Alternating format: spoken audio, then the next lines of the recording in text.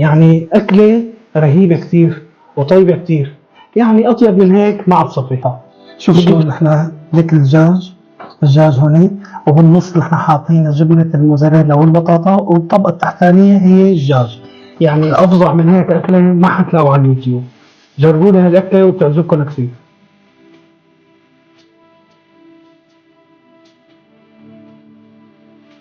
السلام عليكم. عندي كيلو فخاد وكيلو صدور و200 غرام لية أو دهن، طحنتهم عند اللحام وجبتهم وبدي أشتغل فيهم.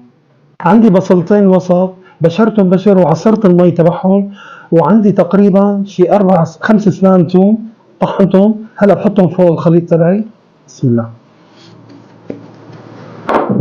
عندي معلقة صغيرة بابريكا، معلقة صغيرة فلفل أسود، معلقة صغيرة ملح، معلقة صغيرة زنجبيل، معلقة صغيرة السبع بهارات، هلا بحطهم فوق منهم.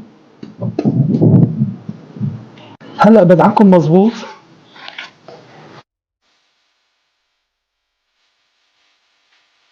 بعد ما دعكتهم مظبوط هلا باخذهم على الفريزر من هون لجهز الحشوة تبعهم.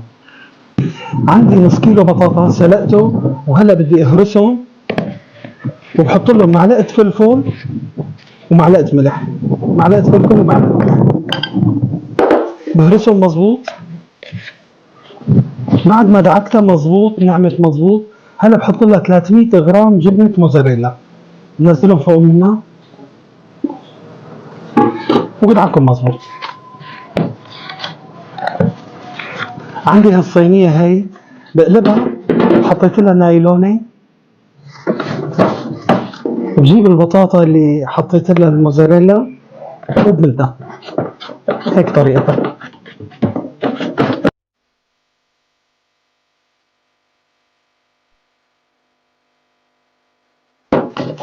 بعد ما مديت البطاطا مع الجبنة قمتن على جنب، وهيك السماكة تقريبا بدي اياها. هلا اخذت نص الكمية تبع الدجاج اللي عندي، كمان حطيت نايلونة، وبسفل الصينية او ظهر الصينية بنمد اللحمة.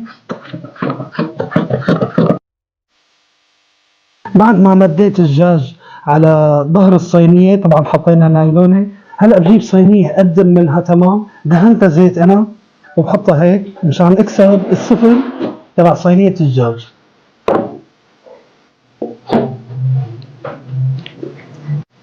هلا بقيم النايلونة من عليها، بظبطها شوي.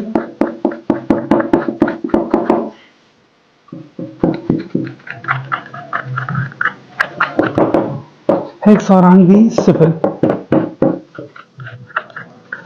طبعا برفع الكنارات شوي صغيرة مشان الجبنة ما تطلع منها. طبعا طريقتها سهلة كتير. هلا هي قطعة الجبنة بدنا ندخلها بنص الدجاج. هي نفس الصينية هي نقلبها هلا على الجبنة هيك.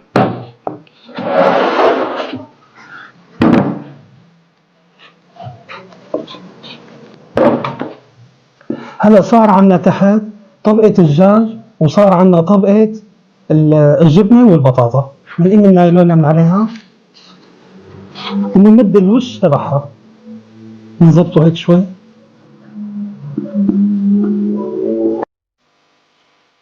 بعد ما حطينا الطبقة الأولى من الدجاج حطينا طبقة الجبنة هلا بالنص، هلا بدنا ناخذ الطبقة الثانية للدجاج. طبعا حطينا ظهر الصينية، مدينا النايلونة، هلا بناخذ النص الثاني من الدجاج بنحطه وبنمده. بسم الله. طريقتها سهلة كتير. هلا أنا كفيت الكنار مشان ما تطلع الجبنة، كل الكنار كفيته أنا. طبعا ما بدي الجبنة تطلع لبرا لأنه هلا بتسيخ. هلا بجيب الوش تبعها بحمله على الحملة هيك، شايفين طريقتها؟ ولا أسهل من هيك. نقربها مظبوط ونعملها هيك. هيك صارت عنا جاهزة. نعملها هيك بنمدها مظبوط كأننا عم نساوي المدات اللبنانية. هلا بنقيم النايلونة على مهلها، وهلا بنظبط الكنار تبعها طبعا.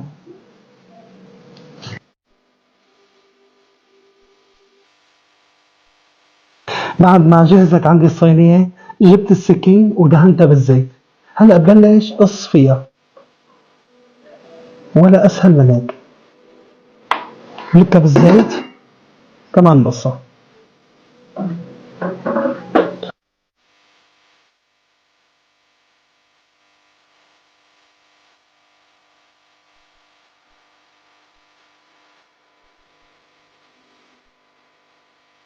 بعد ما علمتها بالتقطيع تبعها، عندي لوز انا ناعه من قبل بيوم او قبل بساعة معلش، وهلا هيك عم زين فيها.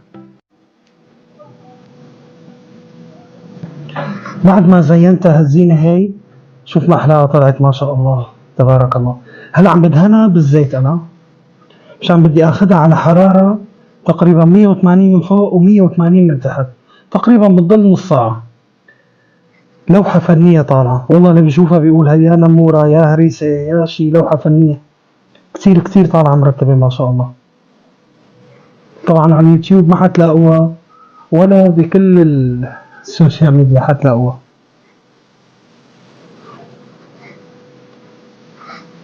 بعد ما جهزت عندي، هلا بدي اخذها على فرن حرارة 180 من تحت و180 من فوق، بتضل تقريبا من نص ساعة لثلاث ارباع الساعة. شايفين ما احلاها؟ لوحة فنية، والله اللي بيشوفها بيقول يا نمورة يا هريسة يا هاللوحة الفنية. بس تطلع من الفرن بنفرجيكم اياها وبنقدم لكم اياها ان شاء الله.